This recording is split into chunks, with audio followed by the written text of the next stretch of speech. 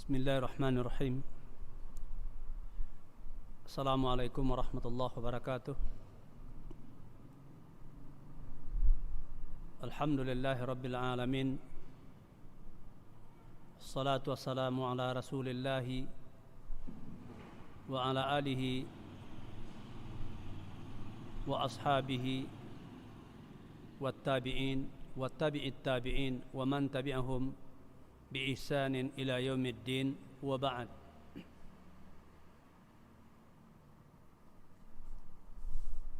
Para pemirsa Rasyad TV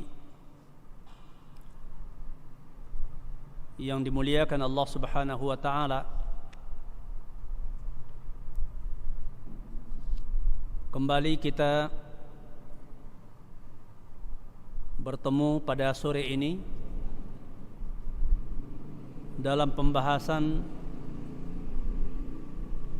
syarah qawaid wal usulul jami'ah oleh Syekh Abdul Rahman As-Sa'di rahimahullah. Maka mari kita awali dengan memuji Allah Subhanahu wa taala, mengagungkan Allah Subhanahu wa taala. Semoga dengan memuji Allah, mengagungkan Allah, mensyukuri nikmat yang Allah berikan kepada kita akan menambah keimanan kita dan menambah ketakwaan kita kepada Allah Subhanahu wa taala. Kemudian kita lanjutkan dengan mari kita memperbanyak salawat dan salam untuk Rasulullah sallallahu alaihi wasallam beserta keluarga dan para sahabat beliau, tabi'in dan tabi'ut tabi'in, dan juga orang-orang yang mengikuti sunnahnya dengan baik sampai akhir nanti. Pembahasan kita yang lalu yaitu tentang kaidah yang ketiga yang berbunyi al-masyaqqatu tajlibut taisir. Bahwasanya kesulitan itu akan mendatangkan kemudahan. Kaidah yang pendek ini memiliki kandungan yang sangat luas, dan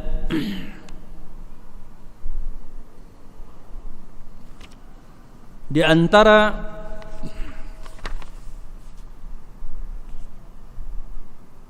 hikmah atau kandungan daripada kaidah ini adalah termasuk di antara hikmah Allah dan rahmatnya Allah kepada para hambanya, bahwasanya jika terdapat atau terjadi bagi para hamba-hambanya ini sesuatu daripada kesulitan, maka sesungguhnya syariat akan meringankannya dan memudahkannya atas mereka.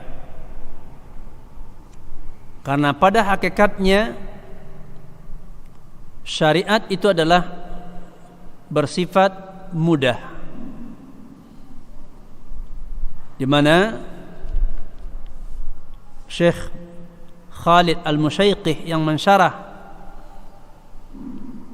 kaidah ini, beliau mengatakan anna min hikmatillah wa rahmatihi bi ibadihi annahu idza hasala lahum syai'un minal usri fa inna syari'ata tukhaffifu wa tuyassiru lahum.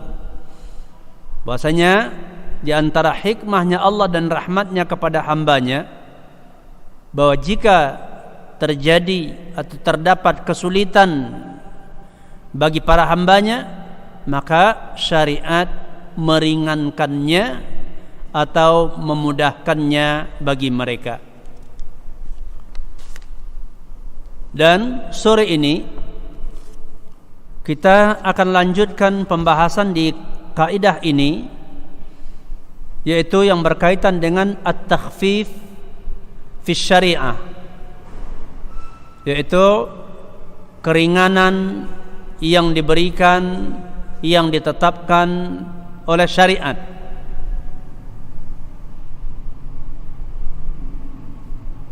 At-takhfif, keringanan yang diberikan oleh syariat, dikatakan terbagi kepada dua bahagian. Bahagian yang pertama yaitu takhfifun asli, keringanan yang bersifat asal, karena memang syariat itu sendiri adalah prinsipnya adalah kemudahan, ringan. Bahwa perintah-perintah Allah itu dibangun di atas dasar meringankan. Karena pada dasarnya, sebagaimana telah kita sampaikan pada pertemuan yang lalu, bahwa syariat atau agama ini datang adalah untuk kemaslahatan manusia, untuk kemaslahatan makhluk, dan melepaskan mereka daripada kesulitan. Allah Subhanahu wa taala berfirman di surat Al-Baqarah ayat 286, la yukallifullahu nafsan illa wus'aha. Allah tidak membebani kepada seseorang kecuali menurut kemampuannya, yang mudah bagi mereka di dalam melaksanakannya.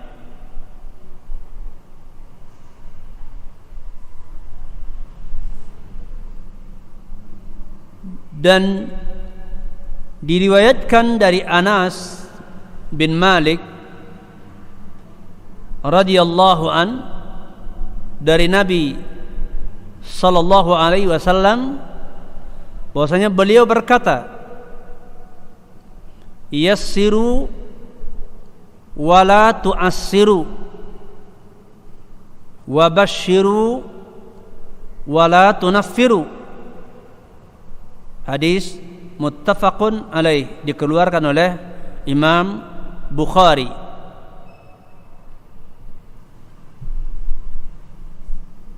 Dan juga Imam Muslim, ya, di dalam sahih beliau berdua.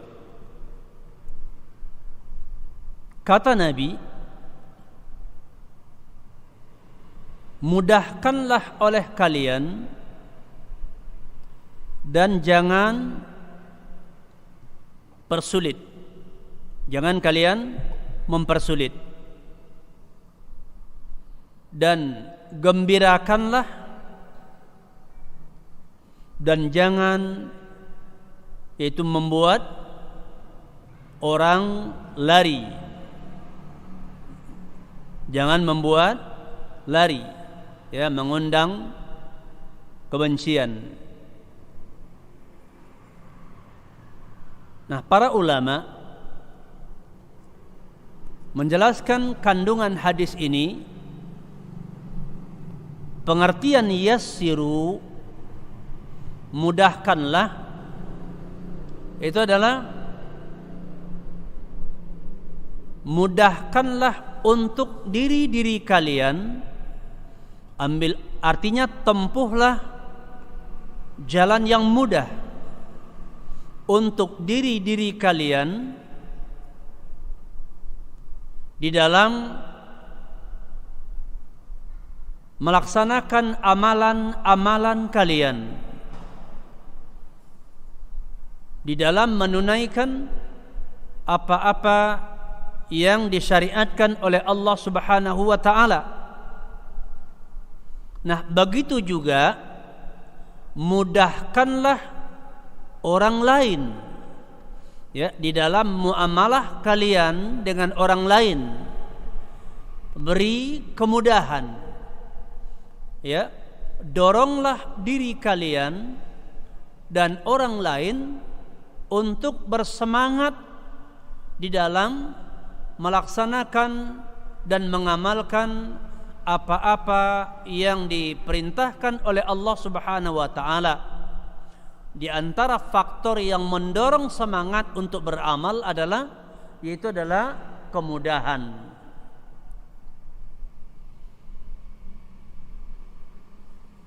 Jika seandainya di dalam melaksanakan suatu amalan dapat disempurnakan dengan cara yang mudah, maka dihindari untuk memberatkan diri atau membebani diri di dalam melaksanakannya dengan perkara-perkara yang sulit. Dan Rasulullah sallallahu alaihi wasallam tatkala diberi kesempatan memilih di antara dua perkara yang sulit dan yang mudah, maka beliau sallallahu alaihi wasallam memilih yang lebih mudah di antara perkara tersebut. Karena memang prinsip agama adalah memudahkan. Jadi jangan seseorang mempersulit dirinya atau memilih jalan yang berat untuk menunaikan yaitu syariat, melaksanakan kewajiban, padahal bisa dia lakukan dengan cara yang mudah. Sebagai contoh umpamanya jalan menuju masjid. Ada jalan yang bagus, jalan yang cantik, jalan yang halus, rata, dan ada jalan yang jelek. Mungkin jalannya berlobang atau banyak bebatuan dan lain-lainnya.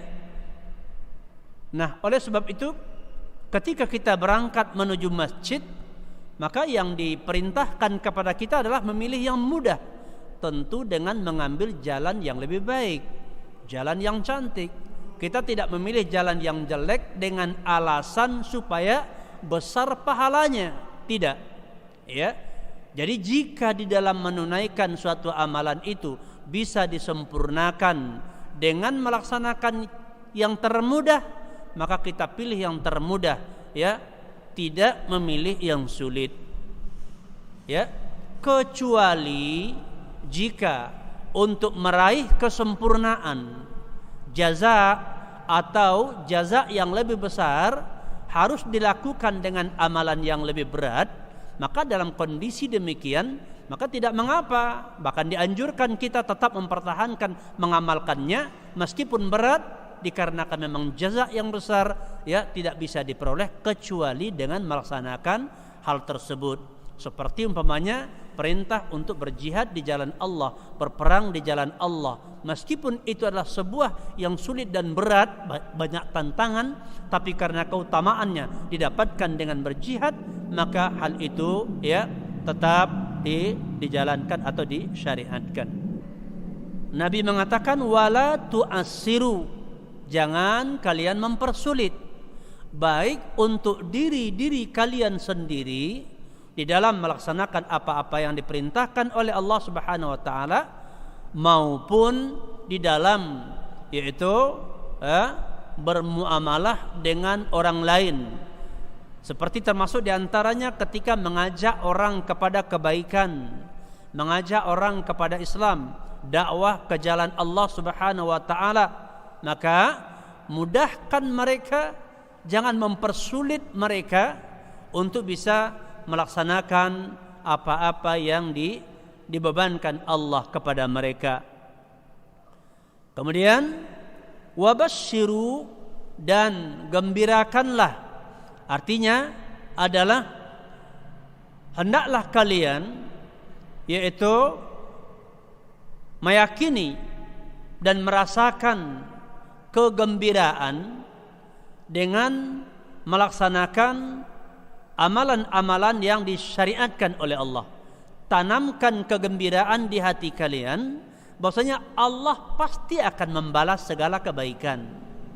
Jika seseorang melaksanakannya dengan ikhlas dan melaksanakannya sesuai dengan tuntunan yaitu sunnah Rasulullah sallallahu alaihi wasallam, maka hendaknya dia bergembira bahwa itu adalah kebaikan baginya dan dia tidak berputus asa.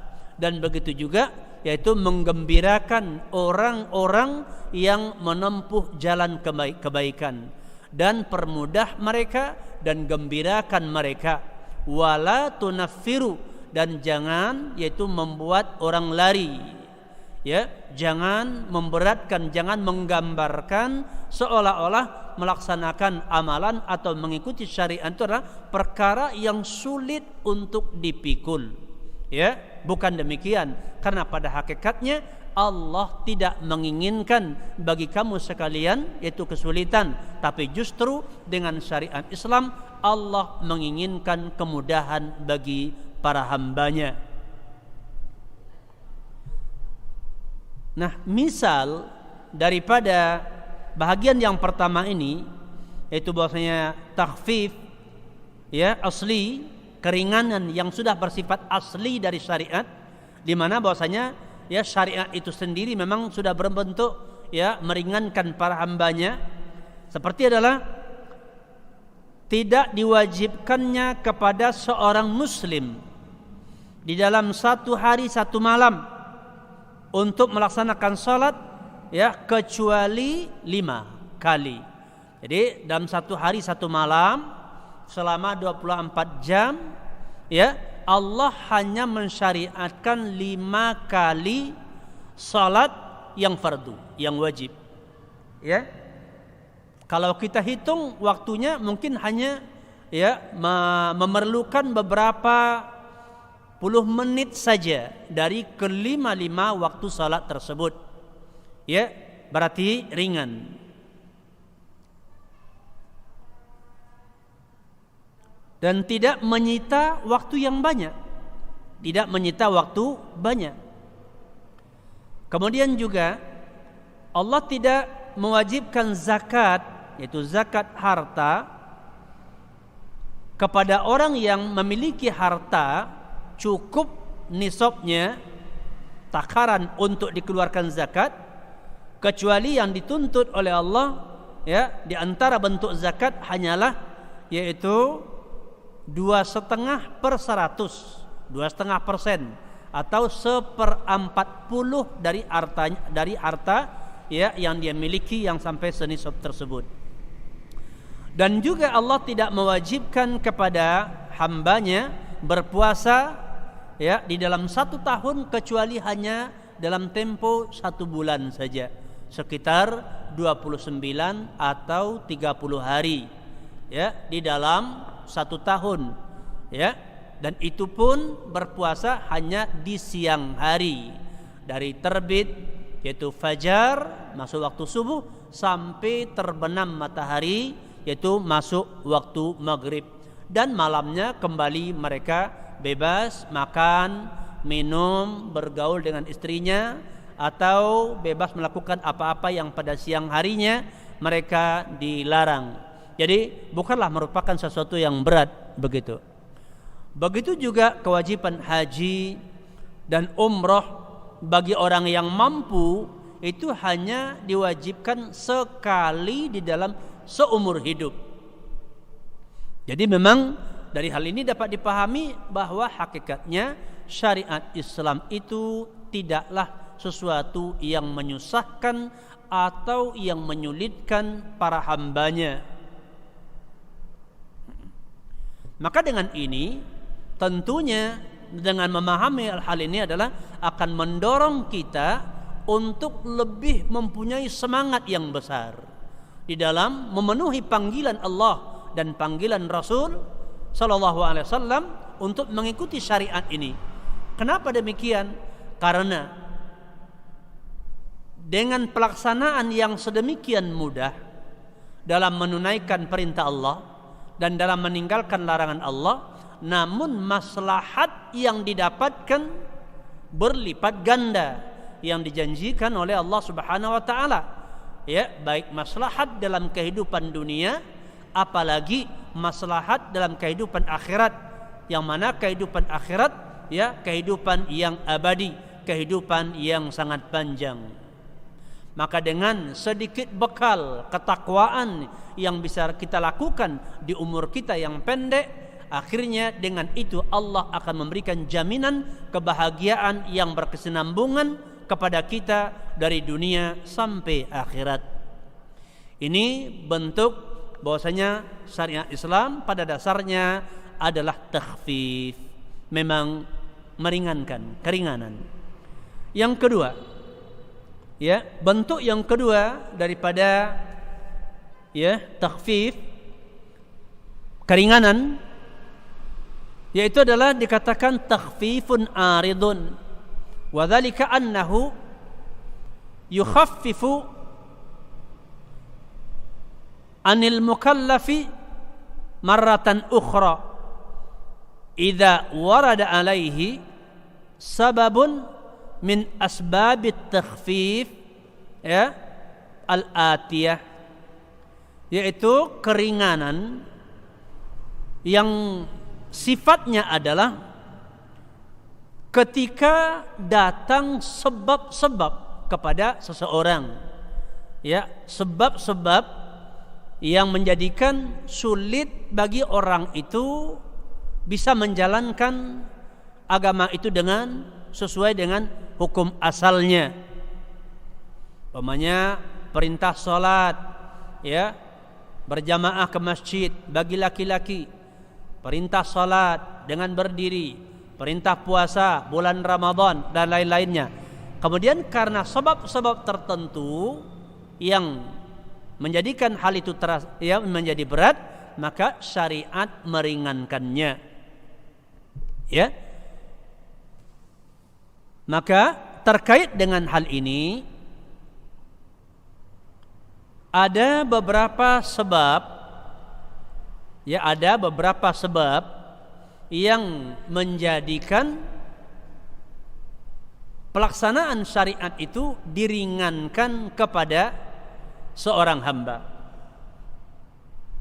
Dan ini insyaallah yang akan kita sebutkan satu persatu, ya, mulai pada hari ini.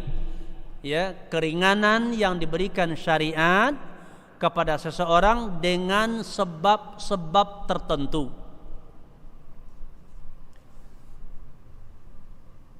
As-sababul awal. Jadi sebab yang pertama syariat memberikan keringanan kepada hamba di dalam menunaikan perkara-perkara yang dibebankan Allah, yang diwajibkan Allah kepada seseorang atau yang diperintahkan oleh Allah kepada seseorang. Sebab yang pertama adalah an-nisyan, lupa. Ya, sebab yang pertama didapatnya keringanan adalah dikarenakan lupa. Dan lupa ini sudah merupakan, ya, kebiasaan kita manusia. Kita manusia ini tempatnya banyak terjadi lupa, begitu. Lupa secara bahasa artinya adalah yaitu kelalaian, ya, lalai, lengah, begitu, ya. Dan menurut istilah syariat yaitu kelengahan atau kelalaian dari sesuatu dikarenakan tidak mengingatnya, ya, tidak teringat, begitu. Atau dikatakan juga artinya adalah ya zuhulul qalbi an ma'lumin, yaitu terlupanya hati, jiwa dari suatu perkara yang sudah diketahui. Ya, bukan berarti dia jahil, bukan berarti dia tidak tahu perkara tersebut. Dia tahu, cuman pada saat itu ya luput daripada ingatannya, begitu. Maka ini menjadi salah satu sebab ya dia diberi keringanan oleh Allah Subhanahu wa taala. Contoh dari hal ini adalah kalau seandainya seseorang dia melaksanakan sholat dan dia lupa, ternyata pada tubuhnya, mungkin di kulitnya atau di bajunya ada menempel atau lengket najis. Ya, dia lupa, tak ingat. Ya, kalau ternyata di pakaiannya umpamanya ada najis, maka kelupaan ini dikatakan termasuk di antara sebab-sebab keringanan sehingga sholatnya tetap sah. Ya, para pendengar sekalian, seseorang sholat, ya, kemudian selesai sholat, umpamanya selesai dari sholat, dia tahu ternyata ada najis, ya, di pakaiannya, atau dia teringat tadi pakaiannya terkena najis. Ya, ketika dia mau sholat, sampai selesai dia sholat, dia tidak ingat. Maka dalam kondisi seperti ini dia diberi keringanan, begitu. Ya, apa bentuknya? Sholatnya ya terhitung sah. Kemudian kalau seseorang sedang berpuasa, dia lupa, kemudian dia makan atau dia minum tanpa sengaja karena dia tidak ingat, sedang makan atau mungkin selesai makan dia teringat, maka ini termasuk di antara sebab yang meringankan, puasanya tetap sah. Jadi kalau seseorang sedang berpuasa kemudian dia lupa makan, dia sedang makan teringat, maka dia hentikan makanannya, dia hentikan makannya, dia lanjutkan puasanya. Puasanya tidak batal, puasanya sah, dia lanjutkan sampai waktu maghrib. Atau selesai dia makan, ya selesai dia makan, kemudian dia teringat, oh dia sedang berpuasa, kok dia makan, maka dia teruskan saja puasanya, atau juga mungkin minum, ya, maka puasanya sah. Ya, dia lanjutkan, dia pertahankan puasanya sampai waktu berbuka. Beda perkaranya dengan, ya perhatikan ada perbedaan ini ya. Beda perkaranya kalau seseorang sholat, kemudian selesai sholat dia teringat bahwa dia belum berwudu. Ya, dia berhadas dan belum berwudu. Sholat sudah selesai, tapi dia ingat bahwasanya dia belum berwudu. Dia teringat tadinya keluar mungkin dari kamar kecil, buang air kecil, atau mungkin dia ingat tadi dia buang air besar. Kemudian karena lupa dia sholat. Selesai sholat dia teringat bahwa tadi dia tidak dalam keadaan berwudu karena dia baru keluar atau setelah keluar daripada yaitu kamar kecil atau dari WC dan belum berwudu.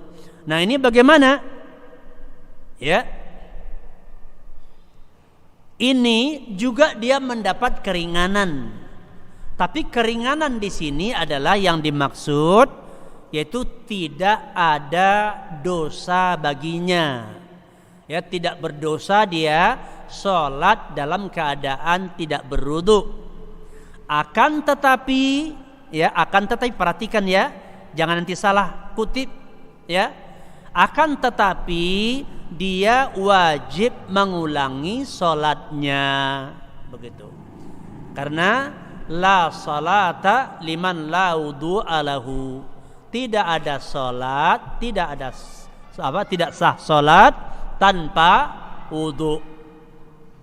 Nah, ini juga ada kaedahnya, nanti akan sampai kepada kaedah ini ya, yang berbunyi man tarakal ma'mura falam yabra illa bi fi'liha wa man fa'ala al mahzura wa huwa ma'dzurun bi jahlin aw bi nisyanin fa huwa ma'dzurun la yalzamuhu syai'. Siapa yang meninggalkan sesuatu yang diperintahkan, maka tidak terbebas dia daripada pelaksanaan kecuali dengan melakukan perintah tersebut. Jadi orang yang belum berwudu ya, kemudian dia sholat, maka tidak terhitung sholatnya. Dia harus kembali berwudu dan mengulang sholatnya, karena dia meninggalkan yang diperintahkan. Sedangkan kalau orang melakukan perkara yang terlarang, wa man fa'alal mahzur, orang yang melakukan perkara yang terlarang dan dia udzur karena dia tidak tahu atau karena dia lupa, maka dia diberi udzur ya, karena melakukan yang terlarang tersebut dan tidak ada tuntutan kepadanya. Makanya tadi orang yang berpuasa kan dilarang makan dan minum. Dia makan, dia minum, jima dengan istrinya, tapi lupa, tidak ingat. Setelah selesai baru ingat, berarti dia melakukan yang terlarang. Alasannya kenapa? Karena lupa. Maka dia diberi uzur dan tidak ada yaitu konsekuensinya. Terus saja berpuasa dan tidak perlu mengganti puasanya. Begitu ya. Beda dengan orang yang belum berwudu kemudian sholat, selesai sholat teringat dia belum berwudu. Dia tidak berdosa, itu keringanannya, tapi dia harus mengulang sholatnya dengan terlebih dahulu dia harus berwudu.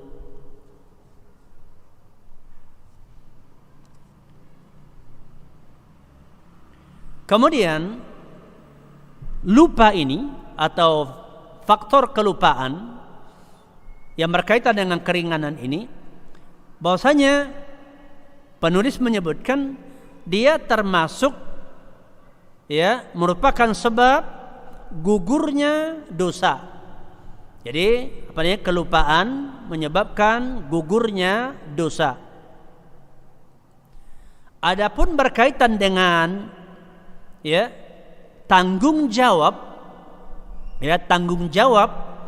terhadap sesuatu yang terjadi akibat lupa atau terhadap suatu perkara pelanggaran, apakah itu meninggalkan kewajiban atau dalam ketika melakukan sesuatu adanya pelanggaran, maka dikatakan padanya ada pembahasan berikut nanti. Nanti ada pembahasannya akan menyusul pada bab ini nantinya. Itu sebab yang pertama seseorang mendapatkan keringanan. Jadi kita lihat kondisi kita manusia memang sering lupa. Maka karena pada prinsipnya Allah itu dengan syariatnya adalah untuk kemaslahatan para hamba dan juga dengan prinsipnya adalah mudah, maka Allah tidak membebaninya kecuali berdasarkan apa yang mereka mampu. Baik. Sebab yang kedua yang menjadikan seseorang mendapatkan keringanan atau orang-orang yang dibebani hukum itu mendapat keringanan, yaitu adalah al-khata'u, salah, kesalahan. Kalau yang tadi kelupaan, ini kesalahan. Nah, salah memiliki dua makna. Salah memiliki dua makna, dua pengertian. Al-ma'na al-awwal, makna yang pertama adalah diddus shawab. Salah itu lawan daripada benar. Ya. Sebagaimana perkataan saudara-saudara Nabi Yusuf ya kepada bapaknya ketika mereka ya melakukan makar terhadap saudaranya Yusuf. Kemudian mereka sadar atas kesalahan tersebut, ya, berkata kepada bapaknya, qalu ya abana istaghfir lana dzunubana inna kunna khati'in. Surat Yusuf ayat 97. Mereka berkata, wahai bapak kami, mohonkanlah ampun untuk kami kepada Rabb, ya, mohonkanlah ampunan kepada Rabb kita, kepada Allah tentang dosa kami, ya, dosa-dosa kami. Sesungguhnya kami adalah orang-orang yang bersalah. Sesungguhnya kami adalah orang-orang yang bersalah.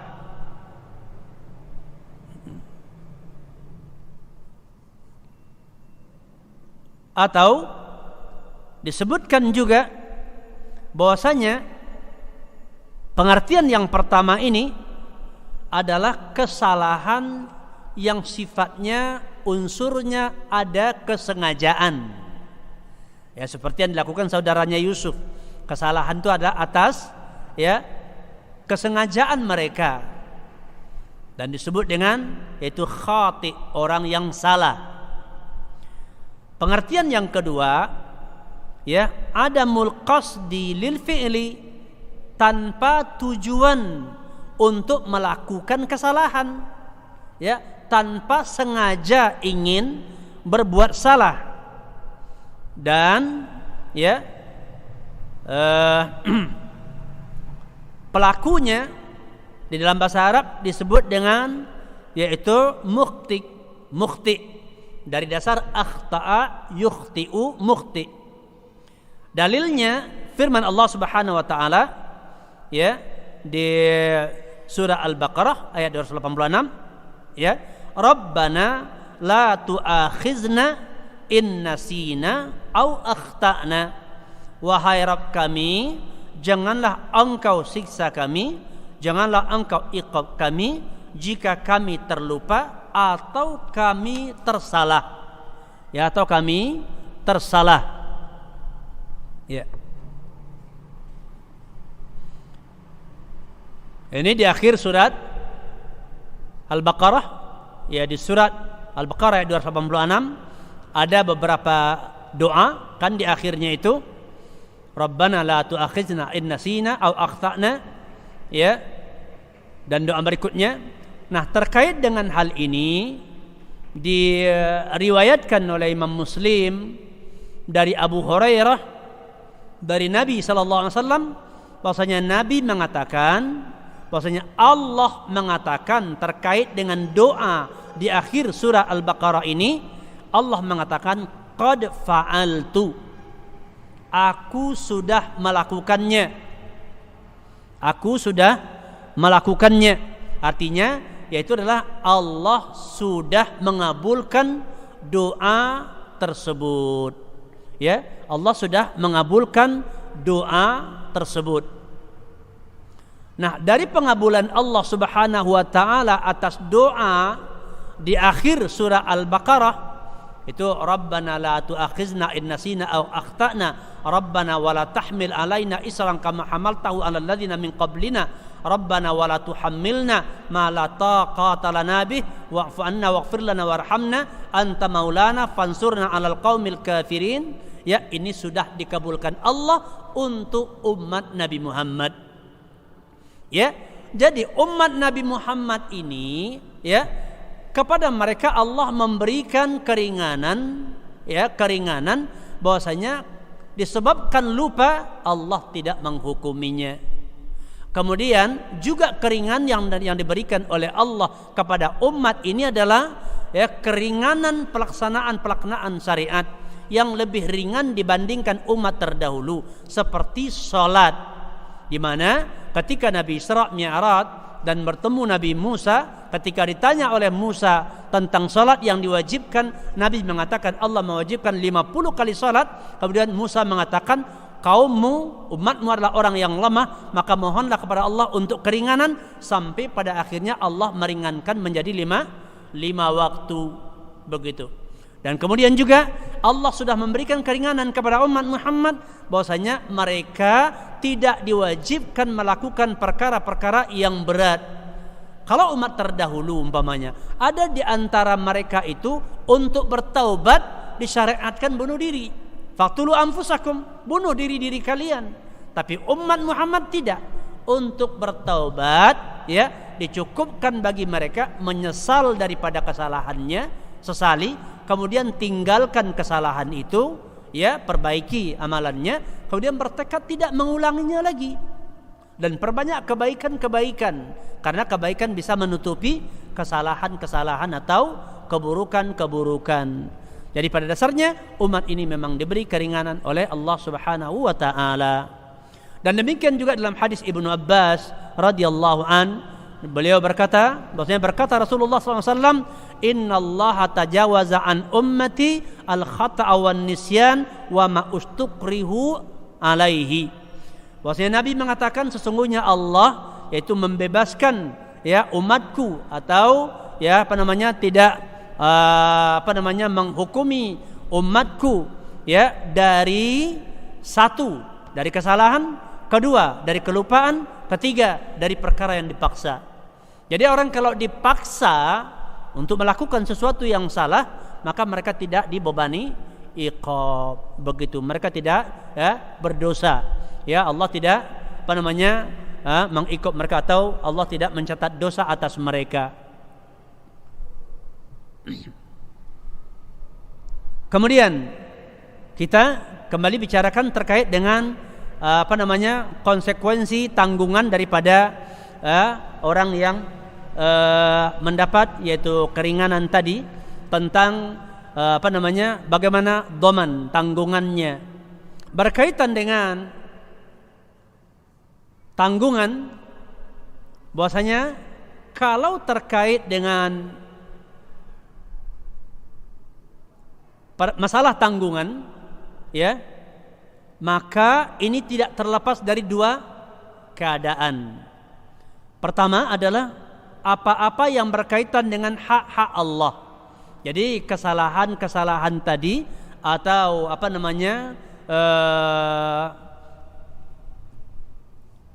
perkara yang pelanggaran tadi, kalau berkaitan dengan hak-hak Allah, kalau berkaitan dengan hak-hak Allah, yang pertama maka hukum taklifnya dikatakan adalah bahwasanya Allah menggugurkan bagi orang-orang yang lupa, bagi orang-orang yang lupa. Orang kalau terlupa maka gugur darinya dosa-dosa. Ai la ya'tham al-insan, manusia atau seorang hamba tidak berdosa dengannya. Dasarnya adalah Rabbana la tu'akhizna in nasina au akhtana, lupa dan salah. Dan juga itu hadis dari Ibnu Abbas yang sudah lalu tadi, Nah, sekarang terkait dengan masalah bukan pelaksana beban dari sisi Allah atau iqabnya, tapi yang berkaitan dengan masalah dhaman, tanggungan, sanksi. Nah, dalam hal ini ada perincian. Kalau seandainya hal itu berkaitan dengan bab-bab perintah, kalau berkaitan dengan bab-bab perintah, maka ketika orang meninggalkan yaitu apa yang diperintahkan, seperti yang disebutkan dalam kaidah tadi, kalau dia meninggalkan apa yang diperintahkan, seperti orang meninggal tadi sholat tanpa wudu, tapi dia kan lupa, begitu ya. Alasannya kan lupa. Ini bagaimana? Maka dikatakan dosanya tidak ada. Terus bagaimana? Apa tanggungannya dalam hal ini?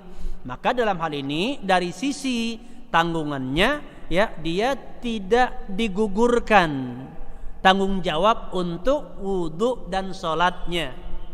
Ya, jadi dia kembali berwudu dan dia kembali mengulang sholat.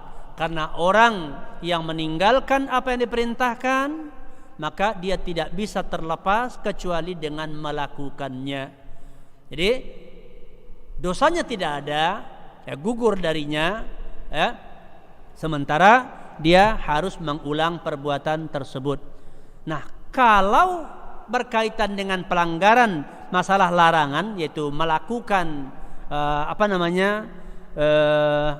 yang dilarang, ya, melakukan yang dilarang, maka di sini gugur ya, dhamannya, sanksinya, ya, tidak ada tanggungannya, tidak ada sanksinya. Seperti orang yang berpuasa kemudian makan, orang yang berpuasa minum, orang yang sholat ternyata di pakaiannya ada najis, baru ingat dia nanti. Nah, ini kan melakukan yang salah.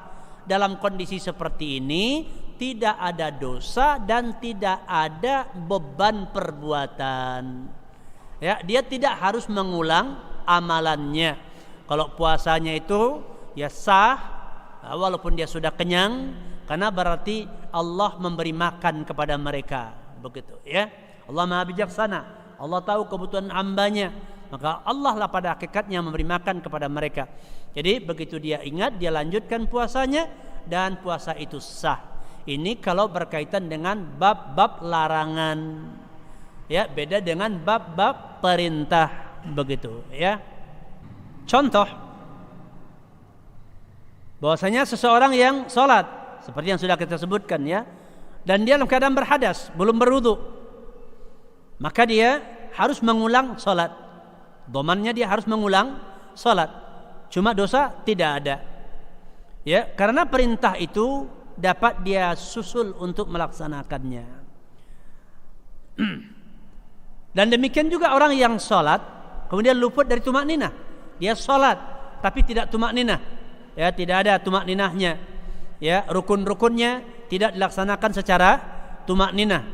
Maka ya, dia kewajiban dia adalah mengulang sholatnya. Tentang sholat yang tidak tumakninah tidak ada dosanya, ya, dikarenakan dia bukan ya unsur kesengajaan, karena dia tidak faham atau dia ya dalam keadaan yaitu bersalah, nggak mengerti maka sholatnya itu ya tidak diterima, tidak dibolehkan demikian, dan kemudian dia harus mengulang sholatnya. Sebagaimana kisah seorang ya Arabi, ya Arab Badui, dalam hadis Abu Hurairah radhiyallahu an, bahwasanya ketika dia salat tanpa tumakninah, maka Nabi mengatakan kepadanya, irji fasalli fa innaka lam tusalli, ya, kembalilah engkau salat karena sesungguhnya engkau belum melaksanakan salat. Nah, Nabi mengatakan bahwasanya dia itu dianggap belum melaksanakan salat dengan sebab dia tidak tumakninah dalam salatnya, ya. Nabi tidak memberikan yaitu keringanan atau kemaafan kepadanya, padahal dia seorang yang jahil, ya, padahal dia adalah seorang yang jahil. Orang yang jahil hukumnya seperti hukum orang yang lupa, ya, yaitu adalah pada dasarnya dia itu adalah orang yang diberi keringanan, ya, keringanan di sini tapi tidak berlaku untuk tidak mengulang sholat. Dia harus mengulang sholatnya, begitu ya. Ini terkait dengan bab-bab yaitu perintah. Begitu juga contoh berikutnya adalah kisah itu Abu Burdah radhiyallahu an, tatkala dia menyembelih yaitu sebelum waktunya, ya, yaitu menyembelih sebelum waktu disyariatkan penyembelihan, ya. Kemudian Nabi SAW memerintahkannya untuk mengulang menyembelih setelah masuk waktu. Jadi kita kan disyariatkan kurban, menyembelih kurban itu kan setelah selesai sholat Id. Kemudian mungkin ada orang ya karena tidak mengerti, umpamanya dia sembelih pagi sebelum pergi sholat, atau mungkin sehari sebelumnya, maka itu tidak terhitung sebagai kurban, dan dia harus mengulangnya kembali, begitu ya. Jadi kalau itu adalah dalam bab perintah, maka dia harus mengulang pelaksanaan. Hanya dia diberi keringanan, tidak ada dosa baginya. Dan kemudian juga Umar radhiyallahu an pernah suatu ketika sholat dengan manusia, dan beliau dalam keadaan junub. Berarti berhadas. Nah, beliau mengulang sholatnya. Dan di dalam Sahih Bukhari dari hadis Abu Hurairah, bahwasanya Nabi SAW berkata, yusalluna lakum fa in asabu falakum wa in akhtau falakum wa alaihim. Salatlah, yaitu salat kalian itu bersama imam, yusalluna lakum, mereka itu salat untuk kalian, dan jika mereka benar maka untuk kalian semua, yaitu jazaknya daripada ibadah tersebut. Dan kalau mereka bersalah, maka untuk kalian pahala daripada salat kalian, dan menjadi tanggungan mereka kesalahan-kesalahan yang mereka lakukan. Jadi ini adalah dari bab kalau yang berkaitan dengan pelanggaran karena lupa dan salah, itu terkait adalah melakukan yang dilarang, maka tidak ada tanggungan baginya, dan tidak ada juga dosa. Tanggungan perbuatan tidak ada, dan kemudian juga dosanya tidak ada.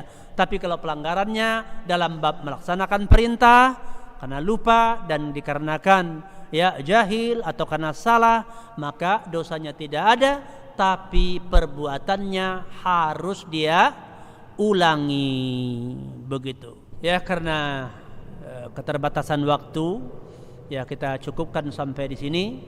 Jadi di sini baru disebutkan yaitu dua sebab, dua dari sebab keringanan. Pertama yaitu sebab lupa, kedua sebab yaitu kesalahan.